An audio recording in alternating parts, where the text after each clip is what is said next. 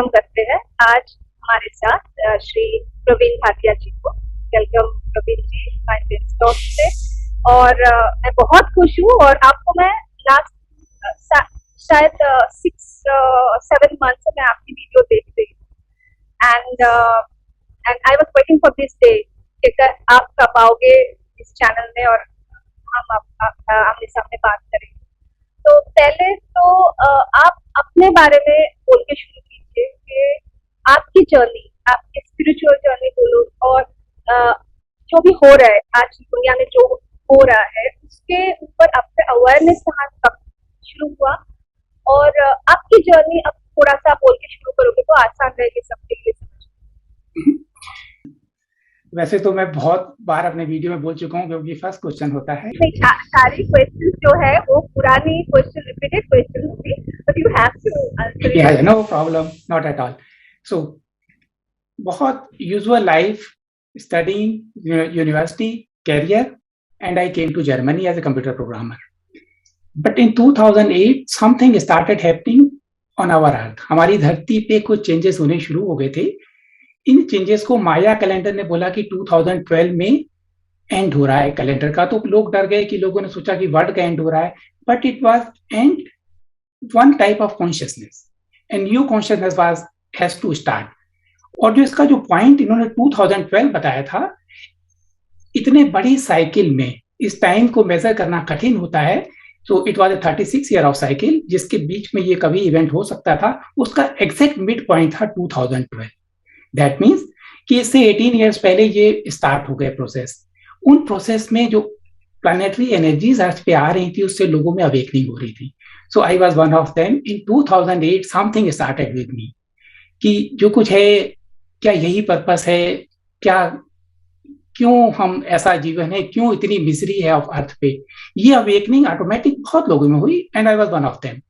Then I started doing different जो India में possibilities हैं। मैं जर्मनी में रहता था लेकिन मैं इंडिया बहुत बार आया, डिफरेंट सेंटर्स में गया, Vipassana, Kriya Yoga, Sadhguru Jaggi Vasudev and all this thing, Isha Kriya yoga, Bihar school of yoga, because quest थी कि क्या करें। देन मुझे क्रिया योग का रास्ता मिला और वहां से मेरी लाइफ टर्न हुई। क्रिया योग, मैं जर्मनी में वापस आया तो यहाँ पे हमारा ग्रुप था जो हम लोग वीकली मिलते थे। वहां पे एक लेडी मिली, शी वॉज फ्रॉम जापान, लेकिन इंडियन ट्रेडिशन से क्रिया योग की प्रैक्टिस करती थी। She was very serious seeker. हम दोनों, she then we can say star seeds, and or you can say many people on the earth now they came from different dimensions to help the ascension. She was one of them or she is one of them. तो उनके साथ रह के हमारी journey इस तरह start हुई। This is my simple background how I came into this. मतलब आप उनसे मिले तो ये क्रिया योग की जो आपको प्रैक्टिस करना है या आपकी कुंडलिनी जागृत करने की या सच्चाई को जानने का रास्ता जो है दैट इज योगा, तो उनसे आपने जाना कि उससे पहले भी किसी इंटरेक्शन से आपके ये नॉलेज आ गई थी? क्रिया योग तो हम दोनों करते थे।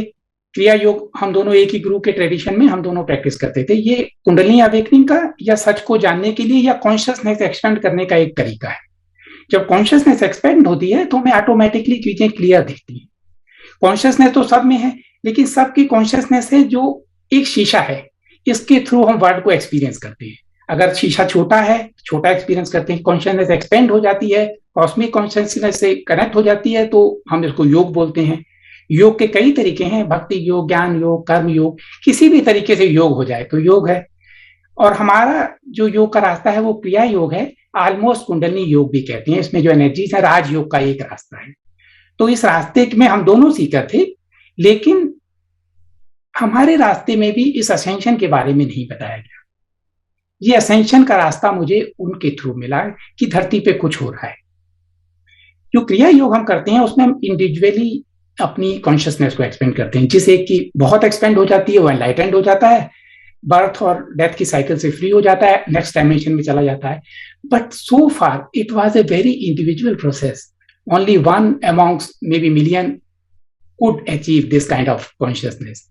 तो क्रिया योग अभी भी, जबकि क्रिया योग की जो एसेंशियल टीचिंग है, महाअवतार बाबा जी, अगर आपने नाम सुना हो, he is an enlightened being. उनकी एज कोई नहीं जानता, सम से 1800 ईयर्स कुछ और भी ज्यादा मानते हैं, वो फिजिकल बॉडी में मैनिफेस्ट और डी मैनिफेस्ट कर सकते हैं। जब भी वो अपीयर होते हैं लोगों के सामने तो वो जैसा अपने आप को मैनिफेस्ट करते हैं। उन्होंने अपने ये मैसेज दिया था कि अर्थ पे कुछ होने वाला है, इसकी प्रिपरेशन के लिए क्रिया योग की टेक्निक है हाउस होल्डर के लिए। So he was aware of it that something is going to happen, but still जो क्रिया योग है वो काफी इंडिविजुअल ही रह गया फोकस।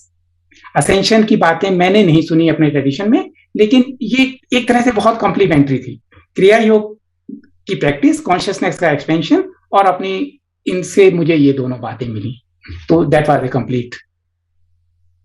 असेंशन की जो बात हो रही है, ascension depending on the dimension, different dimension. Dimension का जो कॉन्सेप्ट है वो थोड़ा सा आप समझाओगे कि हम कितने कौन से डायमेंशन में हैं और कितने सारे डायमेंशन आगे और पीछे हैं, थोड़ा सा। सी वन डायमेंशन इज पॉइंट, एक पॉइंट है तो वन डायमेंशन है। अगर लेंथ है टू डायमेंशन हो गई, लेंथ, विड्थ और हाइट थर्ड डायमेंशन। तो हम जो अभी अर्थ में हमारी रियलिटी है उसको हम थर्ड डायमेंशन रियलिटी बोलते हैं, क्योंकि हम जो हमारे एक्सपीरियंसेस करते हैं वो लेंथ, विड्थ और हाइट में करते हैं सिर्फ। जो फोर्थ डायमेंशन है दैट इज टाइम। तो फिर फोर्थ हमारा डायमेंशन तो फिर थर्ड डायमेंशन क्यों बोलते हैं? हाँ, फोर्थ फैक्टर आल्सो ना, टाइम का भी। यस, टाइम भी इसमें है, लेकिन हम एक टाइम में सिर्फ एक जगह हो सकते हैं। से मैं इस टाइम में सिर्फ जर्मनी में हो सकता हूँ और इस टाइम में आप इंडिया में हो सकती हैं। लेकिन जब हमारी डेथ हो जाती है तो हम इस डायमेंशन से फ्री हो जाते हैं टाइम में। तो टाइम उसमें बैरियर नहीं रहता, इसलिए उसको हम फोर्थ डायमेंशन बोलते हैं। और अब हम फिफ्थ पे जा रहे हैं। कई लोग ये क्वेश्चन शायद आपके व्यूअर्स भी जानना चाहेंगे कि हम इसको थर्ड के बाद फोर्थ में क्यों नहीं जा रहे, हम डायरेक्ट फिफ्थ में क्यों जा रहे हैं? Because we are trap in this earth, kind of एक क्वारंटीन है या एक ट्रैप है जिसमें कोई एक कभी एनलाइटेंड होके जा पाता था बाहर। अब एक है वो कलेक्टिव जा सकते हैं, लेकिन हम थर्ड से फिफ्थ में इसलिए जा रहे हैं क्योंकि थर्ड और फोर्थ एसोसिएटेड थी। थर्ड में हमारी बॉडी होती थी, बॉडी के बाद हम जब डेथ हो जाती थी तो हम तब भी होते थे लेकिन हम फिजिकल दिखते नहीं थे, तब हम स्पेस और टाइम में ट्रेवल कर सकते थे। That was fourth dimension. But now we are going to fifth, one more aspect in our consciousness, in our experience, one more thing is going to add. Dimension के उसके बारे में हम आगे आते हैं। अभी मेरा पर्सनल एक क्वेश्चन है कि मैंने आपसे या डॉक्टर जगदाले या किसी से भी जो डायमेंशन के बारे में बात कर रहे हैं जो भी, तो उनसे जो सुना है कि ये जो एनिमल्स है वो सेकंड डायमेंशन में है, एनिमल्स एंड ट्रीज एंड वो जो भी है वो सेकंड डायमेंशन में है, हम थर्ड में है, उसके नीचे भी और भी डायमेंशन में, हाँ, डिफरेंट थिंग्स और है। तो ये जो को एग्जिस्ट हम कर रहे हैं, मतलब एक सेकेंड डायमेंशन की कोई एनिमल या पेड़ और हम थर्ड डायमेंशन में ह्यूमन, तो हम एक ही reality, it's not that the reality, but एक ही प्लेन में हम एक मल्टीपल रियलिटीज को एग्जिस्ट करते हैं। यस, ये कैसे हो रहा है? और फिफ्थ डायमेंशन में हम अगर हमारा अटेंशन हो रहा है तो वहां पे जाके क्या हम इंटरेक्ट कर सकते हैं थर्ड एंड सेकेंड डायमेंशन के चीजों से? बहुत बढ़िया क्वेश्चन है, ये क्वेश्चन अभी तक किसी ने नहीं पूछा। बट इस एग्जैक्टली ये है कि हम अभी जो थर्ड, जो हमारी अर्थ की फ्रीक्वेंसी है, डायमेंशंस फ्रीक्वेंसीज हैं, जो हमारी अर्थ की फ्रीक्वेंसी है, ये इस तरह की रियलिटी को एक्सपीरियंस करने के लिए कंड्यूसिव है जो हम अभी कर रहे हैं। हम अपनी फ्रीक्वेंसी फाइनल होती जा रही है एंड बिकॉज ऑफ दैट हम नई रियलिटी को एक्सपीरियंस कर पाएंगे नई फ्रीक्वेंसी के साथ। बट द सेम वे जैसे अभी हम को एग्जिस्ट करते हैं, फर्स्ट डायमेंशन, सेकंड डायमेंशन और थर्ड डायमेंशन टुगेदर, हम वो को एग्जिस्टेंस तब भी होगा, डिफरेंट तरीके से होगा। जैसे मान लो किसी ने अवतार मूवी देखी है तो जो पेड़ पौधे हैं वो बहुत चमक रहे हैं या जानवर हैं, तो सेम फॉर्म फ्रीक्वेंसी सबकी चेंज हो जाएगी, मेटल और मिनरल्स की भी, दैट इज फर्स्ट डायमेंशन, पेड़ पौधों की भी सेकंड डायमेंशन और ह्यूमन की। और वहां पे जो वननेस का हम एक्सपीरियंस करेंगे, because of that our reality will be quite different. हमारा डीएनए, अगर वो जब अटेंशन होगा फर्स्ट एंड सेकंड का भी हो रहा है, वो फर्स्ट एंड सेकंड में रहते हुए भी उनका अपग्रेडेशन होगा। एग्जैक्टली, वो उस फ्रीक्वेंसी से मैच करते जाएंगे, हाँ, ताकि आगे जाके वो फिर आगे आने वाले तो और एक साथ साथ जो और एक जो ग्रेट सेट की जो बात चलती है, तो उसका देखे तो मतलब वहां पे भी एक ये एसेंशियल में भी जो मुझे समझ में आया कि वननेस की जो एक कॉन्सेप्ट है वहां से शुरू है, वहां से ही खत्म हो रही है। और वो रिसेट में भी समझाया जाएगा या समझाने वाले हैं कि वहां पे भी एक ही बात हो रही है। तो वो जो डिफरेंस एक आम जनता को समझ में कैसे आएगा कि जो रिसेट की बात हो रही है it is not in our favour.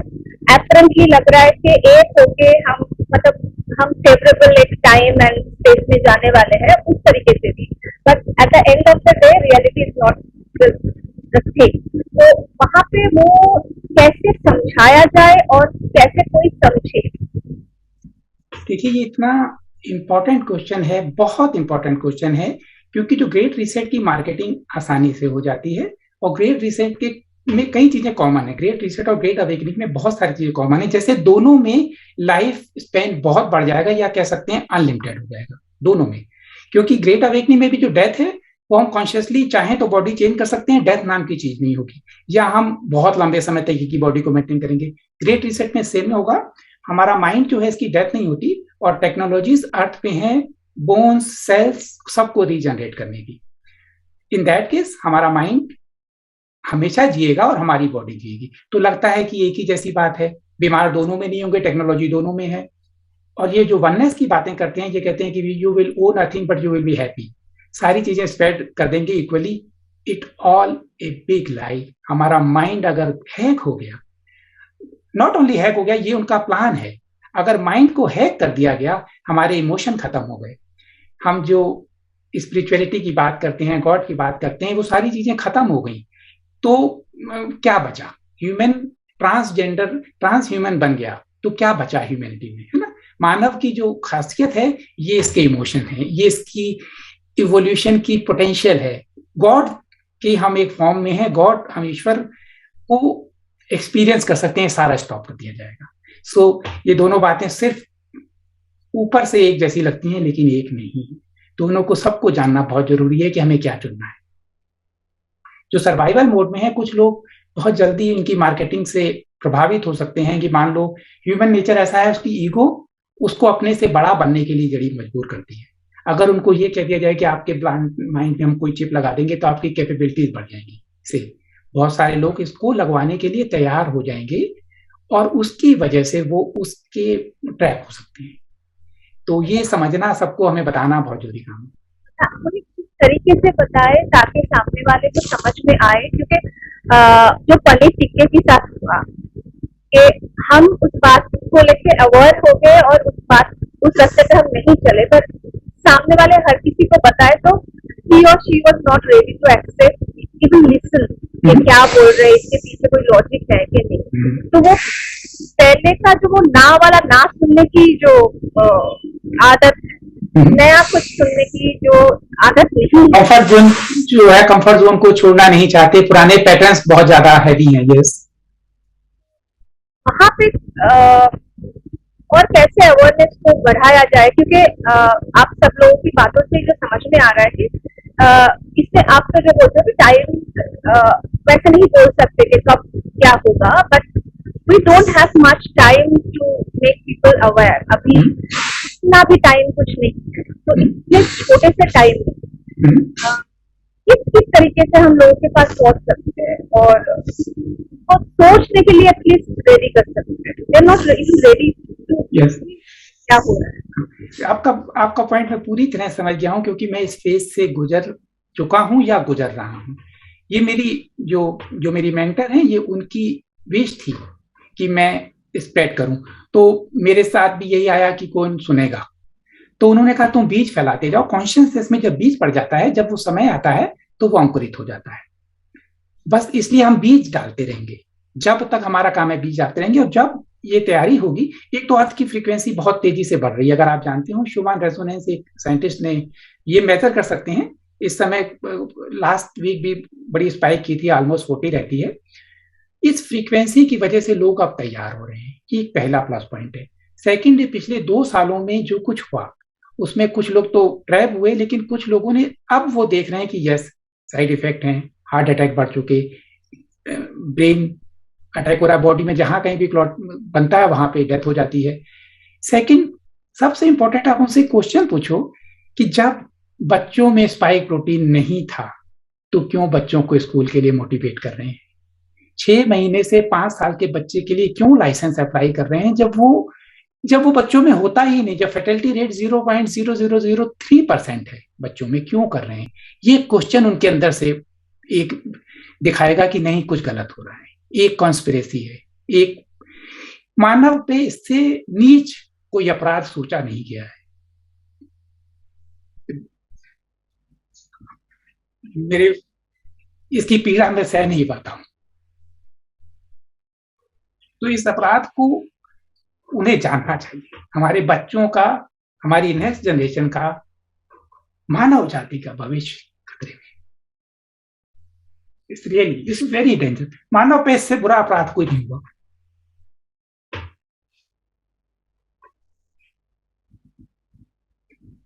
Time चाहिए, अपना पानी पी लो।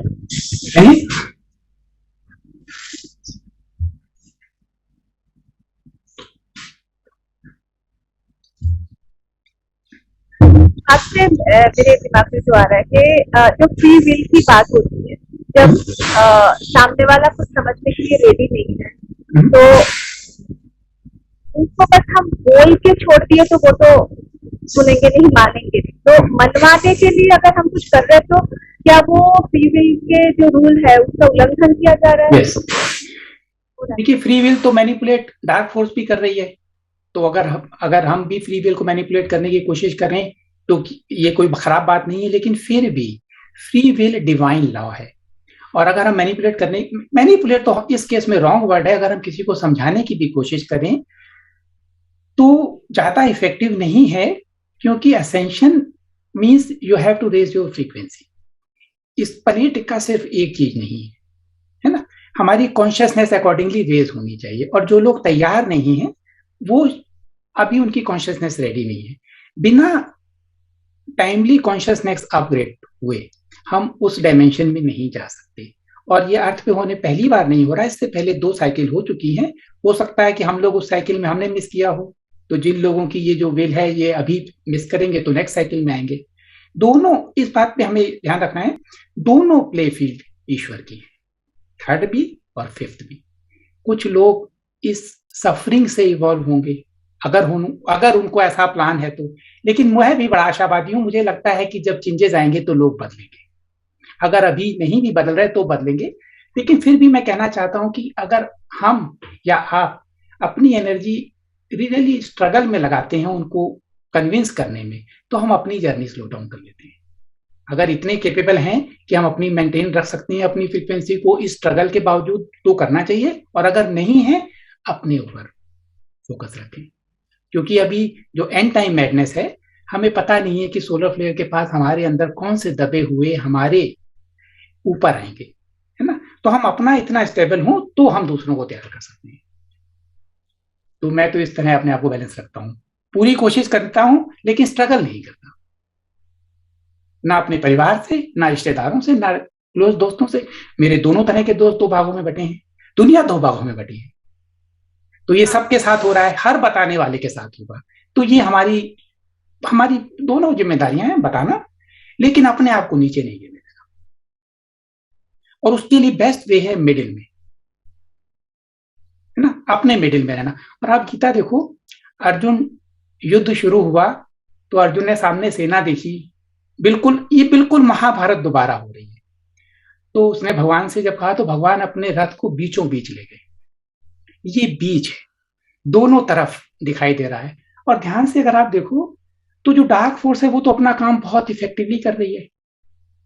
हम नहीं जाग रहे, वो तो हमें जगाने की कोशिश कर रही है। इस प्ले फील्ड में कोई भी दुश्मन नहीं है, ये डिवाइन प्ले है लोगों को जगाने का, एक अपॉर्चुनिटी देने का। इस अपॉर्चुनिटी से हम रेस करेंगे। अभी के, मैं अपने पर्सनल जगह से बोल सकती हूँ कि जो भी अभी के डार्क फोर्सेस है उनके लिए हमारे जो आंख खुले है ना, कि जो भी होता रहा वहाँ पे हमारा जो दिमाग है वो बोले कि कुछ गलत हो रहा है, तो खोजना शुरू हुआ। yes. कौन कर रहे, तो those people are healthy for exactly. बिल्कुल इस भाव से, ये क्योंकि ये भाव भी जानना बड़ा जरूरी है। जब हम स्ट्रगल में आते हैं तो हम अपनी फ्रीक्वेंसी लोअर कर देते हैं, डर में आते हैं, दुश्मन मानते हैं डार्क फोर्स को। डार्क फोर्स गलत कर रही है लेकिन हम उसके थ्रू जाग भी तो रहे हैं, अगर वो ना करती तो हम कैसे जागते। बस इस फीलिंग से हमें लोगों को जगाना है, बतानी है अपनी बात, जो मान जाएंगे। समय अभी जो है बहुत ज्यादा नहीं है लेकिन कुछ देख के बदलेंगे।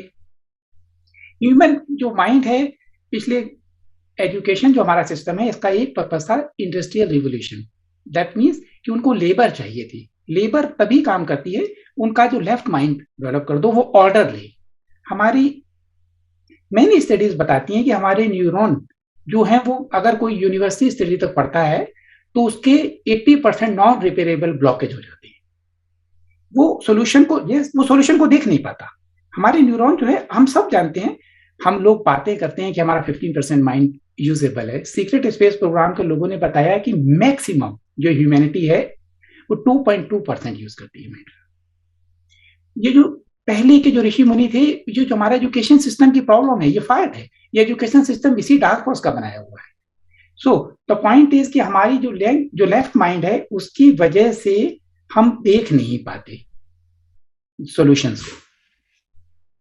दैट इज हाँ जी, देखने की इच्छा भी नहीं रखती, देखने की इच्छा नहीं होती। हाँ, क्योंकि ये उसकी तैयारी है, ये जो एजुकेशन सिस्टम ही ऐसा है। तो सिखाया जाता है, जो पढ़ाया जाता है उसमें ही रहते हैं। यस, और जो पढ़ाया जाता है, दिखाया जाता है, सब कुछ काफी हद तक गलत है। असेंशन के बाद ये सारी एजुकेशन सिस्टम है, हम इसको डस्टबिन में फेंकना पड़ेगा। मैं आपको बता रहा हूँ, हिस्ट्री मैनिपुलेटेड है। हिस्ट्री जीतने वाले की बात से लिखी गई है। रिलीजन मैनिपुलेटेड है, सारे रिलीजन डार्क फोर्स ने मैनिपुलेटेड किए। Aldous the teaching war perfect, ये टीचिंग मैनिपुलेट की है ह्यूमैनिटी को लड़ाने के लिए। लड़ता रहे, संघर्ष करता रहे। यहाँ पे और एक मेरा क्वेश्चन है कि ये जो सारे रिलीजन्स है, उनके जो भी मतलब जीसस बोलो कि मोहम्मद बोलो कि हमारे वेद है, जो जहाँ से हमको हमारे हिंदुइज्म के बारे में पता चला, तो वहाँ पे क्या आज हम जो पढ़ रहे हैं या जान रहे हैं, तो वही वहाँ पे मैनिपुलेशन होते हुए ये अभी का फॉर्म है? एग्जैक्टली, वो मैनिपुलेटेड होते होते अभी की ये फॉर्म बची है। टीचिंग वर परफेक्ट, जिन्होंने भी सत्य देख लिया उन्होंने सच बताया, लेकिन सच को नीचे आते आते तक ऐसा हो गया। मान लो बाइबल की बात होती है, 2000 साल पहले ओल्ड टेस्टामेंट था, 300-400 साल बाद नया टेस्टामेंट लिखा गया डार्क फोर्स की रिक्वायरमेंट के हिसाब से। And the same is with all the teachings. और हर एक मैट्रिक्स का हिस्सा है। मैट्रिक्स एक शब्द है, जिस मान लो ये जेल है थर्ड डायमेंशन में, तो कुछ लोग मैट्रिक्स भी बोलते हैं। इस मैट्रिक्स में ह्यूमैनिटी के अंदर एक भाव डाल दिया, तुम्हारा रिलीजन सर्वश्रेष्ठ है, तुम्हारी टीचिंग बेस्ट है। जिस अगर क्रिश्चियन, मैं यहाँ जर्मनी में रहता हूँ, क्रिश्चियन की है, तो ये इनको बताते हैं कि सिर्फ आप ही स्वर्ग में जा सकते हैं। इस्लाम के मेरे दोस्त हैं, वो भी यही कहते हैं कि बाकी सब जो हैं भ्रष्ट हैं। हिंदू तो बहुत ही गर्व में रहते हैं, आप जानते हो सनातन धर्म है हमारा, हम विश्व गुरु बनेंगे। सेम यहूदी रिलीजन है, सारे religion Buddhist including Buddhist manipulated हैं इस एक थॉट से, सब एक ही ईश्वर की संतान है। हमें लड़ाने के लिए रिलीजन बनाया गया है ताकि हम लड़ते रहें और सच को ना जान पाए। अब समय आ गया है, और वननेस हम नेक्स्ट डायमेंशन में एक्सपीरियंस करेंगे। ये समय आ गया हम सच को जाने। तो और वहाँ पे जो रिलीजियस स्क्रिप्चर्स जो आज के हैं, वहाँ पे जो भी बोला जाता है या टीचिंग जो होते हैं कि आप ये करो तो सही है, नहीं तो पाप है। ये जो पाप पुण्य की जो भी कॉन्सेप्ट है वो भी इन लोगों से आया है। वो भी इन्हीं लोगों से आया है, क्योंकि जो डुअलिटी थर्ड डायमेंशन का थोड़ा सा नेचर है। थर्ड डायमेंशन में हम डुअलिटी में दोनों चीजें हैं, पाप पुण्य, अच्छा बुरा, इसके थ्रू इवॉल्व होते थे। अब तो ये खत्म हो रही है, और एक लिमिटेड एक लेवल तक हमारे ऊपर कर्म का बोझ होता है, क्योंकि हम लो लेवल पे होते हैं तो हम पाप पुण्य और कर्म के थ्रू इवॉल्व होते हैं। लेकिन अगर हम कॉन्शियसनेस को नापने का एक बहुत अच्छी मेथड है, बहुत ओल्ड मेथड है, आजकल मिस यूज होता है, वो भी हम भविष्य को जानने के लिए टैरेट कार्ड यूज करते हैं। टैरेट कार्ड का जो विजडम है वो कॉन्शियसनेस को नापने की, कॉन्शियसनेस की जर्नी की यात्रा भी बताता है। उसमें 12th लेवल का जो कार्ड है उसमें वो उल्टा लटका हुआ है, उसके बाल नीचे लटके हैं, क्रोन चक्र खुल गया, बगल में पेड़ है, 6 उसमें शाखें हैं लेकिन सूख गई हैं, उसके सारे चक्र बैलेंस हैं। उस लेवल के बाद कोई कर्म नहीं होता, कोई पाप पुण्य नहीं होता। लेकिन उससे पहले होता है। और ये खाली 12th कार्ड है। 22 कार्ड में ऑलमोस्ट जब हम चेतना की आधी यात्रा पूरी कर लेते हैं तो हम जान जाते हैं कि कोई कर्म नहीं है। ये भी एक, लेकिन जो नहीं जानते उनके वो इस मैट्रिक्स का हिस्सा रहते हैं और उनकी कॉन्शियसनेस क्योंकि मानती है कि कर्म है, इसलिए उनके ऊपर कर्म, हमारी कॉन्शियसनेस, हमारी रियलिटी हमारी कॉन्शियसनेस सेट करती है, इस बॉडी में भी, इस बॉडी के मरने के बाद भी। तो in that case because their consciousness is so conditioned, तो उनके लिए कर्म है, मेरे ऊपर कोई कर्म नहीं है। हर चेतना की यात्रा में 12th कार्ड पार करना बहुत जरूरी है, तब आपकी जर्नी बहुत फास्ट हो जाएगी, because you are free from all the burdens. हमारे रिलीजन में, हिंदुइज्म में जो कर्मा का जो कॉन्सेप्ट है, कर्मा का जो कॉन्सेप्ट है वो भी क्या मतलब सही में वो वैसे होता है? क्योंकि कर्मा का जो कॉन्सेप्ट लोग बोलते हैं कि आपका कर्म या आपका सोच हिसाब से आपका एक्सपीरियंस आप कर रहे हो आज की लाइफ में या आने वाले कल, तो वहां पे फिर फ्री विल का जो कॉन्सेप्ट है उससे थोड़ा सा ये कॉन्ट्रडिक्ट होता है। क्योंकि अगर क्रिएटर ने हमको फ्री विल देके छोड़ा है कि आप जो भी चूज करो कर सकते हो, then again that creator is imposing some rule on us के कर्मा की ऊपर से आपको ये मिलेगा ये नहीं मिलेगा। तो अगर मैंने कर्मा किया कुछ भी गलत सही, तो वो that was my free will, या मेरे कर्म उसके ऊपर से मुझे अच्छा या बुराई उसके बेसिस पे मिलेगा। ये थोड़ा सा कॉन्ट्रडिक्शन नहीं लगता? मैंने कहा ना कि एक 12th कार्ड, अगर हम 12th लेवल पे कॉन्शियसनेस पे अचीव कर जाते हैं तो सब कुछ पैराडॉक्स हो जाता है, उलट जाता है, इसलिए बताना कठिन होता है। अगर दो लोग डिफरेंट कॉन्शियसनेस के लेवल पे हैं तो एक्सप्लेन नहीं किया जा सकता। फिर भी कर्म का कॉन्सेप्ट बहुत मिसअंडरस्टूड है इंडिया में। कर्म की टीचिंग में जैसे हम शरीर से कर्म कर सकते हैं, मैंने किसी को मार दिया, वाणी से कर्म कर सकते हैं, गाली दे दी, उसको परेशान कर दिया, और मन से कर्म कर सकते हैं, मैंने उसको कुछ भी नहीं किया लेकिन मन से उससे नफरत की और मन से इच्छा की कि वो मर जाए। जो मन का थॉट है ये हमारी कॉन्शियसनेस में इम्प्लांट हो गया। फिजिकल तो मैंने नहीं किया, ये प्लांट एक तरह से डिजायर है मेरी, और जो फ्री विल है कि आपकी डिजायर पूरी होगी। इट मीन्स कि आपने ये इम्प्लांट किया था और इम्प्लांट हुआ तो इसका असर कॉन्सिक्वेंट अगली लाइफ तक रहा। अगर आपकी बॉडी छूट गई तो, और बॉडी नहीं छूटी तो आपने बाद में उसकी सफरिंग आप खुद कर रहे हो। व्हाट डज इट मीन कि आपके पास फ्री विल है लेकिन इस फ्री विल के कॉन्सिक्वेंस आपको भुगतने पड़ेंगे। नाउ यू डिसाइड कि आपको ये एक्सरसाइज करनी है कि नहीं करनी। और कर्म का जो दूसरा सिद्धांत है कि ऑब्लिगेशंस, ये सामाजिक ऑब्लिगेशंस, रिलीजियस ऑब्लिगेशंस, सोसाइटी के ऑब्लिगेशंस ये हमारे ऊपर थोपने के लिए है। अगर आप सोचो से अफगानिस्तान या पाकिस्तान में कोई औरत सर नहीं ढकती तो वो ये सोचती है कि खराब कर्म कर रही है। किसने बनाया?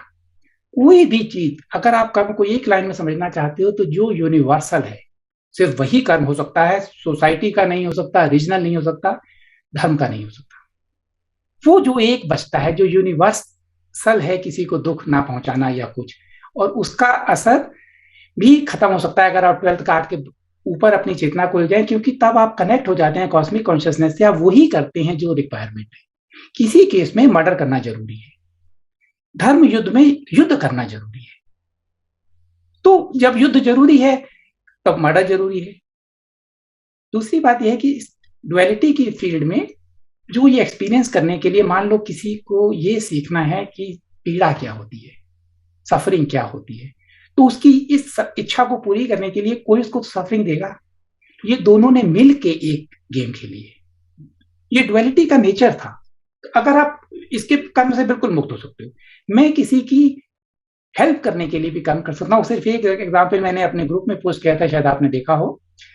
द्रुपद ने अपनी अहंकार से या अपनी परेशानी से बदला लेने के लिए द्रोणाचार्य से एक यज्ञ किया जिसका एक ही उद्देश्य था, इसमें से एक ऐसा पुत्र पैदा हो जो द्रोणाचार्य का वध कर सके। वो खुद तो नहीं कर सकता था। अग्नि से ट्विंस पैदा हुए, द्रौपदी और उसका भाई धृष्टद्युम्न। द्रौपदी के जीवन का एक ही पर्पस है, द्रोणाचार्य की हत्या, द्रोणाचार्य का मर्डर। इसी पर्पस से वो अर्थ पे आई और कोई दूसरा पर्पस ही नहीं है। अब उस पर्पस के लिए क्या दुर्योधन उसका पर्पस फुलफिल करने के लिए एक अच्छा काम कर रहा है, या उसको पाप पड़ेगा, या दुर्योधन अपने आप को सेक्रीफाइस कर रहा है, अपने किंगडम को, अपने भाइयों को, फिर भी द्रौपदी की इच्छा पूरी हो। जब हम इस पर्सपेक्टिव से देखते हैं तो कोई कर्म नहीं। चेतना जब लिमिटेड होती है तो वो द्रौपदी का चीरहरण देखती है और कर्ण को, दुर्योधन को पापी मानती है। कॉस्मिक फील्ड में अगर आप ध्यान से देखो, he sacrificed, is it possible, it is possible कि उसने सेक्रीफाइस किया। इस पर्सपेक्टिव से फिर कोई कर्म नहीं लगता। आप सब इस खेल को देखते हो, ये खेल है, खेल चल रहा है और अब खेल बंद होने वाला है।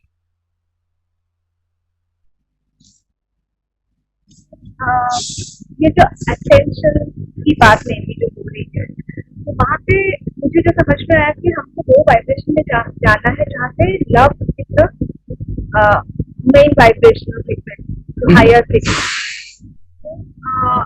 एक बहुत ही ऐसी सिनेरियो में जो एक इंसान है जो अपने डे टू डे लाइफ में बहुत स्ट्रगल कर रहे हैं, दैट इज ही और हर रियल, घर में हो बाहर, तो वो ऐसे एक इंसान के लिए वो वाइब्रेशन में जाना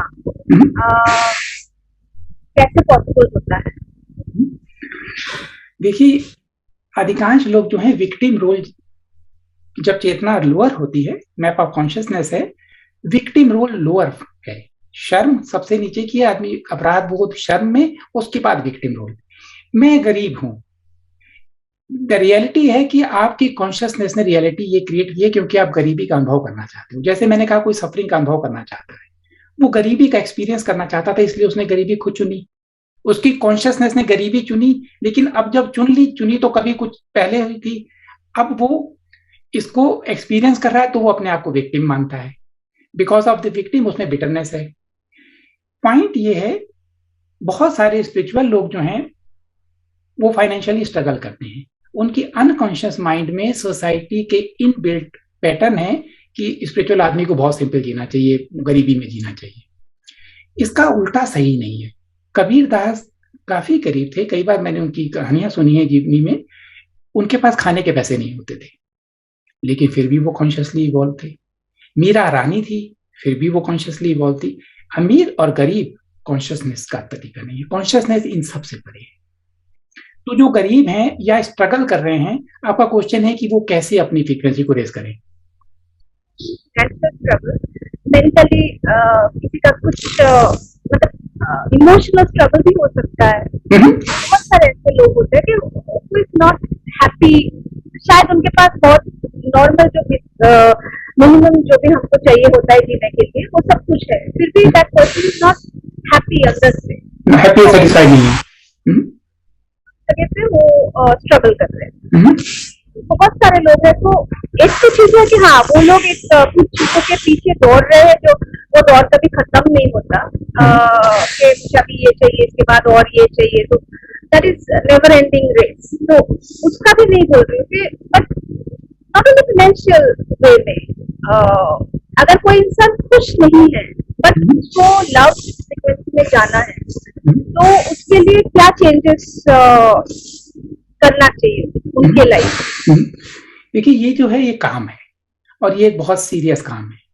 बहुत सीरियसली उन्हें अपने ऊपर काम करना पड़ेगा और वो डायरेक्ट लव पे नहीं आ सकते। अगर हम मैथमेटिकली जस्ट फॉर डिस्कशन इसको करें तो ये ऑलमोस्ट से 700 एनलाइटमेंट है और 0 है जब आदमी फर्स्ट टाइम ह्यूमैनिटी में आता है। उसमें जो इंस्टिंक्ट है वो अभी भी एनिमल इंस्टिंक्ट है।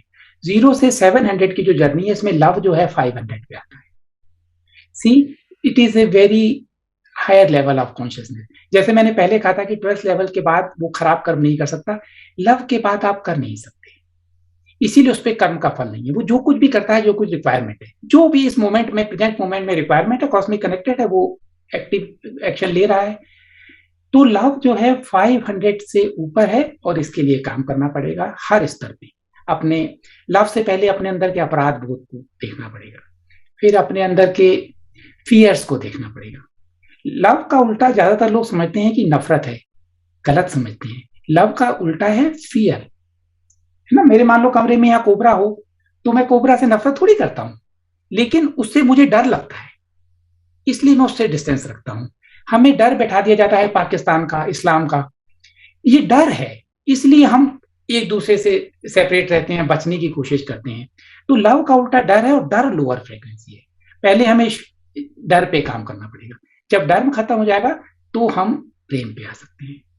मैं अक्सर कहता हूँ, और मेरी ये बात बड़ी कंट्रोवर्शियल हो जाती है, लोगों को अच्छी नहीं लगती, मैं कहता हूँ अभी ह्यूमैनिटी ने लव का एक्सपीरियंस नहीं किया है।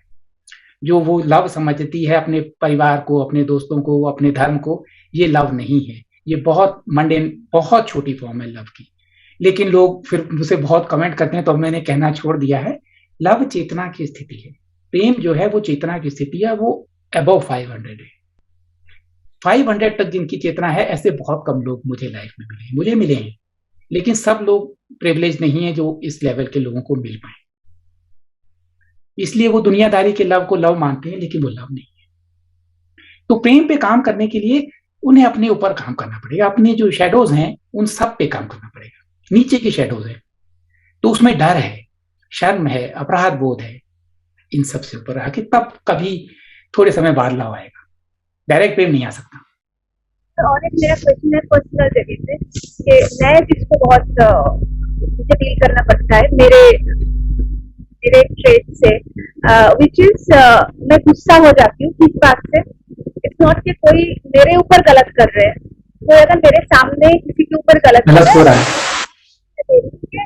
कोई अगर कुछ खरीदने गए, सामने में दुकान में देख रही हूँ कोई जाके कुछ खरीद रहे हैं, और जो बेचने वाला है दुकानदार वो कम चीज दे दिया, तो ज्यादा पैसा ले लिया, मेरे सामने ही हुआ, तो इट इज डेफिनेटली वो सही गलत की बात है जो ड्युअलिटी हम बचपन से जानते हुए, बट वो तो सही में सही नहीं है, और वहां पे मुझे बोल देना पड़ता है, मुझे गुस्सा आ जाता है, या मतलब होता है मेरे साथ। तो इस चीज को कंट्रोल करके कि अन्याय हो रहा है क्या, तो उसमें भी अपने आप को, क्या इंसल्ट जो वर्ड है कोई किसी को कर रहा है कि कोई मुझे किया, तो उस बात पे रिएक्ट करना, तो इस चीज को कैसे कंट्रोल कर सकते हैं? अगर आप चाहें तो कंट्रोल कर सकती हैं, अगर आप ना चाहें तो भी बुराई नहीं, क्योंकि आप किसी की हेल्प करने की कोशिश कर रही हैं। लेकिन अब डिवाइन प्ले में अगर हमें लगता है कि हमारे पास समय कम है और हमें अपने ऊपर फोकस करना है, तो मेरी गुरु, मैंने कई साल जब मेडिटेशन किया, और मेडिटेशन नहीं हो रहा था क्योंकि यही प्रॉब्लम थी, मैं आपकी तरह पावरफुल नहीं था, तो मैं कुछ बोल नहीं पाता था, लेकिन मन में गुस्सा रखता था। तो इस तरह से मैंने कहा ना, शरीर से आप वाणी से, मन से, तीनों तरह से कर सकते हो।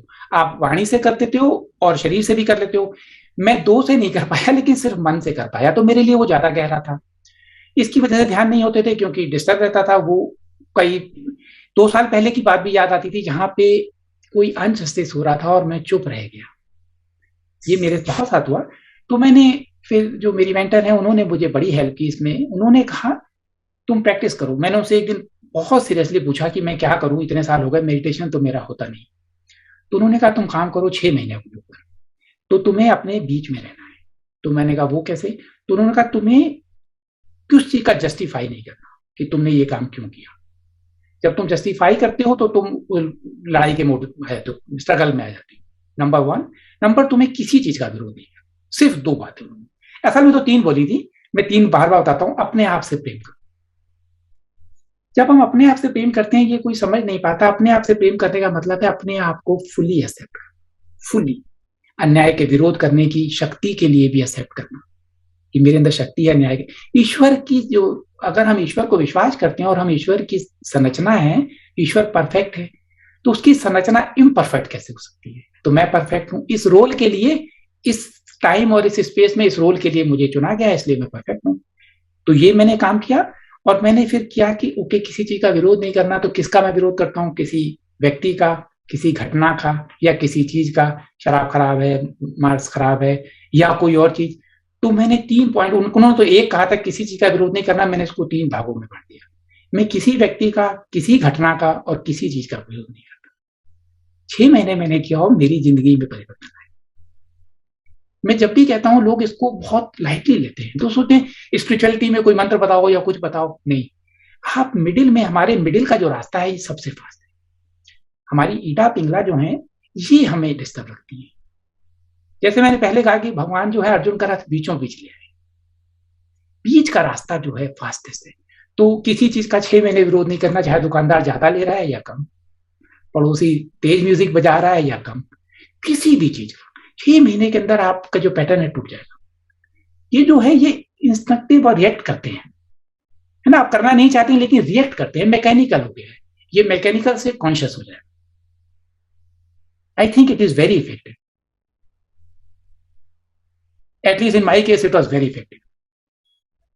सिनेरियो में कि दुकानदार का आप छोड़ दीजिए, आपके बच्चे के ऊपर कुछ अन्याय हो रहा है, तो वहां पे आप कैसे इसमें रेफरेंस? नहीं, इसका मतलब ये नहीं कि मुझे काम नहीं करना। जैसे अगर मैं विरोध नहीं करता होता तो क्या मैं बताता इस पनीर टिक्का के बारे में? अपना काम तो कर रहा हूं, अपना काम पूरा करना है बिना उनसे विरोध किए।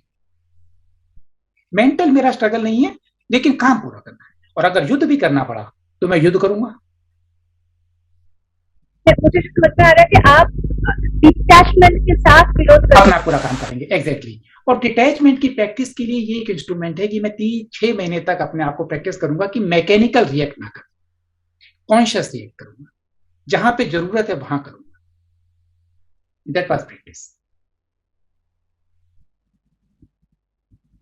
तो और एक जो मेरे दिमाग में आ रहा है कि ये जो परिवर्तन जो हम सुनते आए हैं बचपन से, जो युगों का भाग है, तो वो जो हुआ था, मतलब सत्य, त्रेता, द्वापर, कली, ये युग का जो परिवर्तन और अब का जो अटेंशन है, उससे रिलेटेड कुछ है कि इट्स अ डिफरेंट साइकिल? नहीं, it's complete all together difference.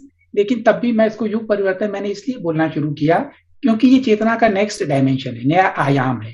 तो अगर मैं कहता आयाम परिवर्तन तो लोग समझ नहीं आते, लोग इसको छोड़ देते। तो मैंने सोचा कि युग परिवर्तन का कॉन्सेप्ट उनके दिमाग में है तो इसी शब्द को यूज कर सकते हैं। और एक तरह से युग परिवर्तन भी है। युग परिवर्तन का क्या है? एक एरा का एंड, नई एरा का स्टार्टिंग। तो इन दैट केस ये युग परिवर्तन भी है, लेकिन फिर भी जो सतयुग, द्वापर, त्रेता, कलयुग से मिलती जुलती नहीं है। इन दैट साइकिल सतयुग के बाद त्रेता आया, फिर द्वापर, फिर कलयुग। इन दैट वे हमें बैक चाहते, कलयुग के बाद द्वापर आएगा, फिर त्रेता आएगा, फिर सतयुग आएगा। नहीं, ये इनसे हम अपनी कॉन्शियसनेस को जंप कर रहे हैं। और अगर आप ध्यान से देखो, अगर सतयुग के बाद जो त्रेता आता, त्रेता युग में भी क्या हुआ था? यही तो ड्रामा था जो कलयुग में हो रहा है। ऑलमोस्ट सेम था। रावण, रामचंद्र जी से उन्होंने वरदान मांग लिया तो पिताजी उनके दशरथ जी का हार्ट अटैक हो गया, उनकी डेथ हो गई। रोते रोते वो जंगल में गए, रावण ने उठा लिया, अग्नि परीक्षा करवाई, अग्नि परीक्षा के बाद रखा, प्रेग्नेंट वुमेन को जंगल में छोड़ाए। क्या अंतर है जो आज नहीं हो रहा? इन सब से परे की डायमेंशन में हम जा रहे हैं, चेतना के नेक्स्ट स्तर पे जा रहे हैं। फिर भी युग परिवर्तन शब्द एप्रोप्रिएट है, एक नए एरा में जा रहे हैं। अटेंशन के लिए हमको रेडी होने के लिए एकमात्र रास्ता है कि हम मेडिटेशन करें। नहीं, और भी कई तरीके हैं। मेडिटेशन का तरीका हमें अपनी फ्रीक्वेंसी को रेज करना है। फ्रीक्वेंसी के अंदर जो हमारी कॉन्शियसनेस है उसको रेज करना है। उसके कई और तरीके हो सकते हैं, मेडिटेशन एक है। हाँ, तो बाकी के तरीके और क्या क्या होते हैं? मान लो कुछ लोग भक्ति से भी उस वाइब्रेशन में चले जाते हैं कुछ समय के लिए, लेकिन बहुत कठिन है, मैं नहीं कर सकता, लेकिन शायद कुछ लोग जा सकते हो। अपना फूड परिवर्तन कर सकते हैं, कॉन्शियसली बिहेव कर सकते हैं। फॉर एग्जाम्पल, बीच में रहने की प्रैक्टिस है, वो आपको बीच में रखती है ना। तो जो जिसको अफर्मेशन कर सकते हैं, अगर किसी को डर लगता है तो वो देखें कि हम डर के अफर्मेशन अपने माइंड में इम्प्लांट कर सकते हैं। अपने जो शेडोज हैं उस पर काम करके हमें अपनी फ्रीक्वेंसी को रेज करना है, जो जिसका भी एरिया हो। लेकिन मेडिटेशन काफी हेल्प करता है, क्योंकि अगर हम अपनी कॉन्शियसनेस को एक्सपेंड करते हैं तो हम चीजों को ज्यादा देख पाते हैं। हमारी कॉन्शियसनेस एक तो लिमिटेड है, उसके बॉर्डर्स हैं, दूसरा उस पर धूल बहुत जमी है। सच तो सबके अंदर सेव है, सबके अंदर इंफॉर्मेशन बाहर से नहीं आनी, लेकिन बस इसको साफ करना है। उसमें मेडिटेशन बहुत हेल्प करता है, मुझे हेल्प किया, लेकिन मुझे लगता है और भी कई रास्ते होंगे।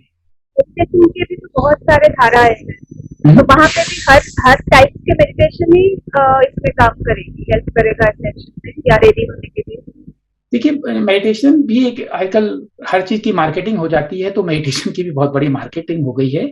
इंडिया जो है वर्ल्ड की बेस्ट स्पिरिचुअल मार्केट है। ऋषिकेश में हर तरह का योग होता है। योग फॉर प्रेग्नेंट वुमेन, योग फॉर डॉग्स, योग फॉर दिस, है ना। इसकी वजह से जैसे धर्म भ्रष्ट हो गया, ऐसे योग भी भ्रष्ट हो गया है। इंटरनेशनल योगा दिवस योग नहीं है। योग कॉस्मिक चेतना से जुड़ने का एक तरीका है। इस अष्टांग योग में यम, नियम, आसन, आसन सिर्फ तीसरी सीढ़ी है और बहुत लिमिटेड पार्ट है। पूरी क्रिया योग में, पूरे पतंजलि योग सूत्र में एक भी आसन का वर्णन नहीं है। योग बहुत बड़ी चीज है। तो योग तो भ्रष्ट हो गई, योग के बदले योग फॉर डॉग आ गया है। इसलिए ऐसे ही मेडिटेशन भी भ्रष्ट फॉर्म में आ गए हैं। तो इट डज नॉट मीन कि सारे मेडिटेशन हेल्प करते हैं, क्योंकि हम जो चीज ले रहे हैं वो मेडिटेशन ही नहीं है, मेडिटेशन की एक मैनिपुलेटेड फॉर्म है, मार्केटेड फॉर्म है। तो इन दैट केस हमें सावधान होना है कि हम कौन सा मेडिटेशन कर रहे हैं, सही तरीका हो, इफेक्टिव तरीका हो, क्योंकि समय कम है हमारे पास समय वेस्ट करने के लिए। वही बात।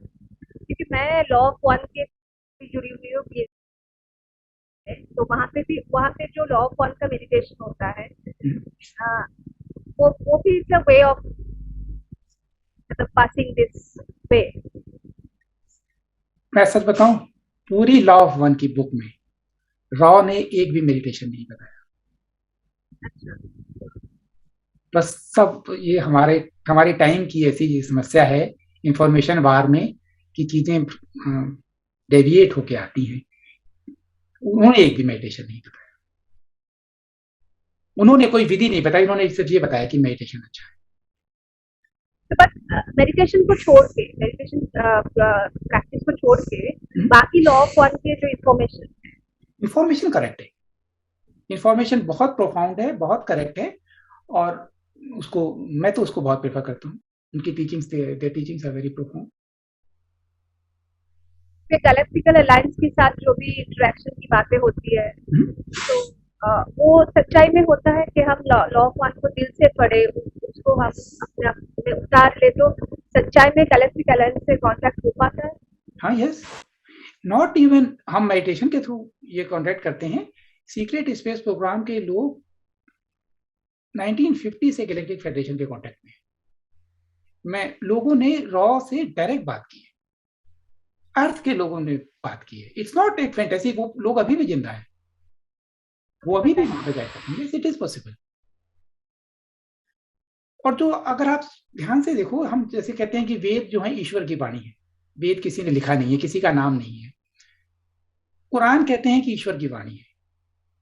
व्हाट डज इट मीन कि जिन्होंने लिखी वो वाणी किसी और की थी, है ना। तो ये एक कम्युनिकेशन ही तो था।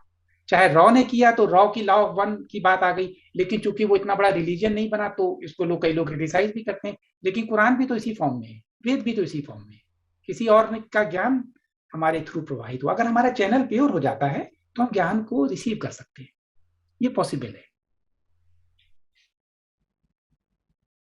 और राव की टीचिंग में 1984 की है। उस समय की जरूरत के हिसाब से वो टीचिंग हो सकता है कि अब अपग्रेड हो रही है। उस समय जितनी चेतना समझ सकती थी उतना ही वो बता सकते थे।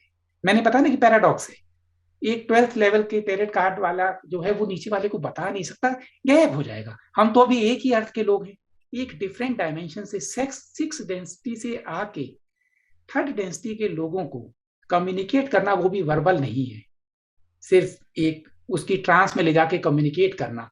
और उसकी ईगो भी प्योर नहीं है, उसको वो अपनी ईगो और अपने फ्रेमवर्क से इंटरप्रेट करके बताए, इसमें कई गैप है। तो ये सब लिमिटेशंस रहेंगी, क्योंकि कोई और तरीका नहीं है, वो प्रॉपर शब्द नहीं है, प्रॉपर मैकेनिज्म नहीं है। हम जो है बहुत लिमिटेड रेंज के कलर्स देखते हैं, इसके बियॉन्ड का कलर कोई बताएगा तो हम देख ही नहीं सकते। हम लिमिटेड फ्रीक्वेंसी की साउंड सुनते हैं, और इसलिए वो डायमेंशन 5th डायमेंशन में हमारी 7 सेंस ऑर्गन एक्टिव हो जाएंगे, अभी 5 है। तो जो 6th और 7th है उसके बारे में कैसे बता सकते हैं। डीएनए एक्टिवेशन की जो बात करते हो कि मतलब डीएनए का जो एक्टिवेशन नहीं, मतलब उसका जो अपग्रेडेशन या हमारे डीएनए में जितने क्या बोलते हैं स्ट्रैंड, हाँ, वो जो हम यूजेबल है हमारे लिए, बाकी जो अभी खोए हुए हैं उसको जगाने का भी एक ही रास्ता है, मेडिटेशन। नहीं, वो उसके लिए शायद इफेक्टिव मेडिटेशन अभी तक कोई नहीं है, क्योंकि वो एक ऐसा उस पे रिसर्च ही नहीं हुई। लेकिन ऐसा कहते हैं कि जब ह्यूमन रेजोनेंस बढ़ती है तो हमारे सेल एक्सपेंड होते हैं। जब हमारे सेल एक्सपेंड होते हैं तो वो एनर्जी को एब्जॉर्ब करते हैं। जब वो एब्जॉर्ब करते हैं तो वो डीएनए एक्टिवेशन का प्रोसेस स्टार्ट हो गया है। और कुछ बच्चे जो अर्थ पे आ रहे हैं वो they are coming with their activated DNA, उनकी 5-6 स्टैंड तक एक्टिवेशन है। तो ये तो मेरे ख्याल से जेनेटिक प्रोसेस भी है, और हमारा मेडिटेशन भी इसमें हेल्प करेगा, और ब्रेन और जीन ये भी कनेक्टेड है, ब्रेन और डीएनए। जैसे हमारी ब्रेन की कैपेसिटी बढ़ेगी तो डीएनए की कैपेसिटी भी बढ़ेगी। इसके लिए फ्रीक्वेंशियल हेल्थ भी आ रही है, और हमारा काम भी है, और मेडिटेशन भी है, लेकिन वो मेडिटेशन बहुत स्पेशल है। अभी तक मैंने कोई ऐसा मेडिटेशन देखा नहीं है। मेरी मेंटर ने कराया है मुझे, लेकिन वो कहीं पॉपुलर नहीं है। तो वो बहुत मतलब बहुत ही डिफिकल्ट प्रोसेस कुछ है कि नहीं, बहुत डिफिकल्ट प्रोसेस नहीं है, बहुत आसान है, और हम उसको कर सकते हैं, लेकिन उन्होंने कहा कि अभी टाइम नहीं है सबको एक्सप्लेन करने का। फिर आप और क्या बताना चाहते हो आपकी तरफ से लोगों को रेडी करने के लिए जो ये ascension हो रही है और आने वाले कल के लिए? मैं तो यही बताना चाहता हूँ कि अपनी आंखें खोलें, और अपनी आंखें खोल के अपनी रिसर्च करके वो ये डिसाइड करें कि किस तरफ वो जाना चाहते हैं। एक बार ग्रेट रिसेट के बारे में पढ़ें, उनकी वेबसाइट पे है, ओपन सीक्रेट है, कोई ऐसा राज की बात नहीं बची। अभी वर्ल्ड इकोनॉमिक फोरम की जो मीटिंग हुई है उसमें जाके देखें कि क्या क्या बोला गया है ना। जो नोकिया के चीफ ने बोला है कि बाई 2030 तक जो स्मार्टफोन है ये ऑब्सोलीट हो जाएगा, पुराने समय की बात हो जाएगी, हमारी बॉडी के अंदर इम्प्लांट हो जाएगा। और इसको जाने, और ये जाने कि हमारी कॉन्शियसनेस के बिना ये रियलिटी क्रिएट नहीं हो सकती। हमारी कॉन्शियसनेस को ये मैनिपुलेट करते हैं, और हम अपनी कॉन्शियसनेस से चाहें तो हम इसको रोक सकते हैं। अगर ये दो बातें, फिर अपने बच्चों को देखें कि क्या अपने बच्चों को ऐसा जीवन देना चाहते हैं, ट्रांस ह्यूमन बनाना चाहते हैं। अगर इतना रिसर्च कर लेंगे तो अपने आप जाएंगे। या दूसरी तरफ आप ग्रेट अवेकनिंग की ओर देखेंगे तो कितना बड़ा पोटेंशियल है, टेलीपैथी, टेलीपोर्टेशन, कभी बीमारी नहीं, स्ट्रगल नहीं, मिजरेबल लाइफ नहीं, सब चीज वननेस है, लव है। एनलाइटन जिसकी इतनी बड़ी बड़ी बातें करते हैं, वो कलेक्टिव होने का मौका है। तो आप या तो इस तरह मोटिवेट हो जाएं, या डर से मोटिवेट हो जाएं कि ग्रेट रीसेट होगा तो क्या होगा, दोनों आपकी चॉइस है। फोकस अच्छा है कि आप ग्रेट अवेकनिंग पे फोकस रखें। वहाँ पे क्या लगता है कि जो दुनिया में जितने सारे लोग हैं उनमें से कितने लोगों को जागना चाहिए? ये कोई जरूरी नहीं, जैसे जो जिसकी कॉन्शियसनेस ऊपर उठ जाती है, से किसी की कॉन्शियसनेस 700 है, वो 10,000 लोगों के इक्वलेंट है। जस्ट और मैथमेटिकल मुझे एग्जैक्टली नहीं पता जो 10,000 के इक्वल है या 1 लाख के इक्वलेंट है, लेकिन वो उतने लोगों को प्रभावित करती है। तो हम कलेक्टिव जो कॉन्शियसनेस है, हम क्रिटिकल लेवल अचीव कर चुके हैं ह्यूमैनिटी, इसीलिए प्रोसेस स्टार्ट हुई। तो क्रिटिकल लेवल हम अचीव कर चुके हैं, लेकिन जितने ज्यादा लोग जाग जाएंगे उतना ट्रांजिशन स्मूथ होगा। और ये हमारी एक, नहीं तो ट्रांजिशन स्मूथ नहीं होगा तो हम अगेन फियर में जाएंगे, अगेन फियर में जाएंगे तो जर्नी जो है झटके खाते खाते होगी। तो ये हमारी चॉइस है ह्यूमैनिटी की, वो स्मूथ ट्रांजिशन चाहती है या कठिन। प्रोसेस अनस्टॉपेबल है, इरिवर्सिबल है। चॉइस सिर्फ एक बची है, स्मूथ या फिर परेशानी से भरा हुआ।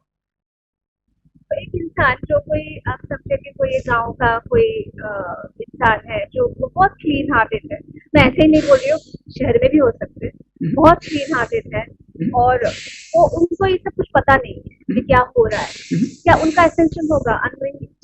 नेचुरली उनका असेंशन होगा, क्योंकि ये प्रोसेस किसी को सजा देने के लिए नहीं है, या सिर्फ पढ़े लिखे लोगों के लिए जिनके पास इंटरनेट की एक्सेस है, सिटी में रहते हैं उनके लिए नहीं। नहीं, ये प्रोसेस अर्थ पे रहने वाले सब के लिए। जो गांव के लोग हैं आमतौर पे वो बहुत सीधे सिंपल होते हैं, सरेंडर कर देते हैं बहुत आसानी से। सरेंडर जो कॉन्शियसनेस का लेवल है, लव के भी बहुत बाद है। लव के बाद फियरलेसनेस आती है, फिर एक्सेप्टेंस आती है, फिर सरेंडर आता है। सरेंडर और एनलाइटनमेंट सिर्फ एक कदम बचा है। जब आप कंप्लीट सरेंडर कर देते हो तो आप नेक्स्ट स्टेप पे एनलाइटेंड हो जाते हो। उन लोगों में इनबिल्ट सरेंडर है, गांव के कई लोगों में, सिंपल लोगों में इनबिल्ट सरेंडर है। तो बिकॉज ऑफ दैट वो इसमें चेंज आसानी से कर लेंगे, क्योंकि विरोध नहीं करेंगे ज्यादा। पढ़े लिखे लोग प्रॉब्लम है, लॉजिकल माइंड प्रॉब्लम है, इसका उल्टा सही नहीं है। लॉजिकल माइंड लॉजिक से कहता है प्रूफ दो, प्रूफ कॉन्शियसनेस के लेवल पे है ना। कॉन्शियसनेस है नहीं तो कैसे कोई प्रूफ दे पाएगा। एक प्रॉब्लम होती है कि प्रूफ इनसे मांग रहे हैं. यस. प्रूफ क्या पनीर टिक्के की एफिकेसी के ऊपर मांगे थे? नहीं. वहाँ पे आंखें, कान, दिमाग सब बंद है. एग्जैक्टली. डिपेंड करता है कि इसके सामने वो जाके प्रूफ मांगे. यस.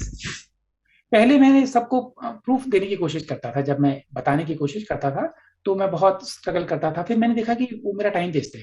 रीजन बीइंग कि जो प्रूफ मांग रहे हैं दे आर नॉट इंटरेस्टेड, वो सिर्फ डिस्कशन में इंटरेस्टेड है. तो वो एक्सरसाइज बेकार हुई सारी, तो मैंने टाइम वेस्ट करना छोड़ दिया. अब मैं खाली एक थॉट देता हूँ, इस थॉट को तुम कैच कर सकते हो तो तुम प्रूफ ढूंढोगे. और जिन्होंने खुद ढूंढा वो सारे रास्ते पे आए. जिनको चांदी के प्लेट में सजा के मैंने दे दिए तो वो डिसाइड करते हैं कि ये प्रूफ हमें एक्सेप्टेबल है कि नहीं है. इस केस में वो मिस करते हैं. उनको चांस देने के लिए मैं प्रूफ नहीं देता, मैं खाली एक थॉट देता हूं. रिसर्च करते हैं तो फिर जाग जाते हैं, आंखें खुलती है. तो अब मैं प्रूफ नहीं देता हूं, कम देता हूं. जो आगे चलते हैं सीरियस क्वेश्चन होते हैं उनको प्रूफ देता हूं. बाकी को फायदा नहीं है टाइम वेस्ट करना है. टाइम वेस्ट होता है. तो फिर अंत में आप क्या बोलना चाहेंगे? कि मेरे पास मैंने कुछ क्वेश्चंस लिखे थे. अभी क्वेश्चन आपको जैसा नहीं लग रहा है कि हम करें, उसके लिए हम एक नेक्स्ट वाला एक सेशन रखते हैं. और कुछ क्वेश्चंस व्यूअर्स से भी आते हैं तो उसके ऊपर भी हम बात करेंगे. तो आज के सेशन के लिए आपका फाइनल थॉट, आपका फाइनल वर्ड्स क्या रहेगा? मुझे अच्छा लगा कि आपके गुरु तक ये बात पहुंचेगी. और आपके क्वेश्चन काफी अच्छे क्वेश्चन है, क्योंकि क्वेश्चन कभी किसी ने, एक दो क्वेश्चन तो पहले कभी नहीं उठे. So I like very much talking with you. और लेट अस सी कि लोग किस हद तक इसको रिसीव करते हैं और उनकी क्या क्वेरीज होती हैं. उनकी क्वेरीज को क्लियर करने की हमारी कोशिश है ताकि वो अपना डिसीजन लेने में दिक्कत ना हो. क्वेरीज से ही फिर आगे बढ़ने की रास्ता. यस. होना बहुत जरूरी. और मैट्रिक्स का एक बड़ा इंपॉर्टेंट सिद्धांत है कि कोई भी आपको सिर्फ रास्ता दिखा सकता है, गेट के पार आपको खुद जाना है.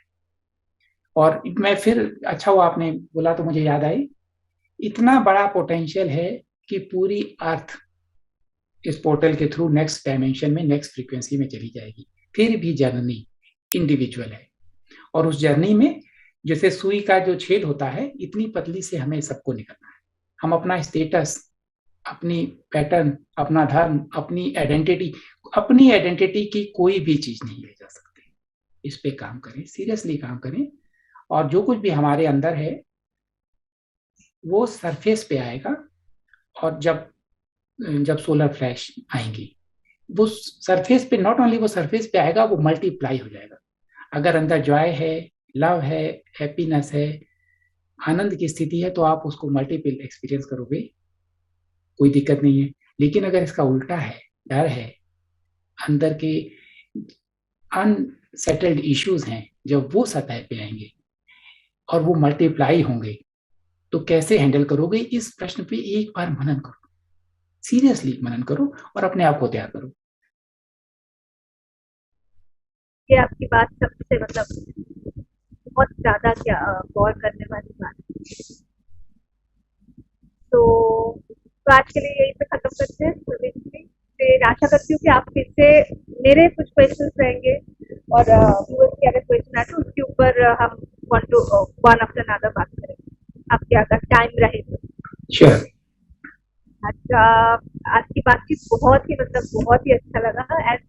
whenever I watch your videos on YouTube, मुझे मैं देखती रहती हूँ इतने सारी इन्फॉर्मेशन. लेकिन सबसे बड़ी बात है कि आप इतने एक शूदिंग, एक काम, एक उसमें रहते हो ना, तो वो वाइब्रेशन बहुत ही ज्यादा इफेक्ट करता है किसी के लिए. यही मेरा उद्देश्य है, क्योंकि नेगेटिव इन्फॉर्मेशन तो सब जगह से आ रही है और हमें फ्रीक्वेंसी को लो नहीं करना. डर बहुत लो फ्रीक्वेंसी है. हमें, मेरे लिए तो अपॉर्चुनिटी है, मानव जाति के लिए अपॉर्चुनिटी है. अपॉर्चुनिटी का तो उत्साह से स्वागत करना चाहिए. सदियों से ये अपॉर्चुनिटी नहीं मिली, सो दैट्स व्हाई.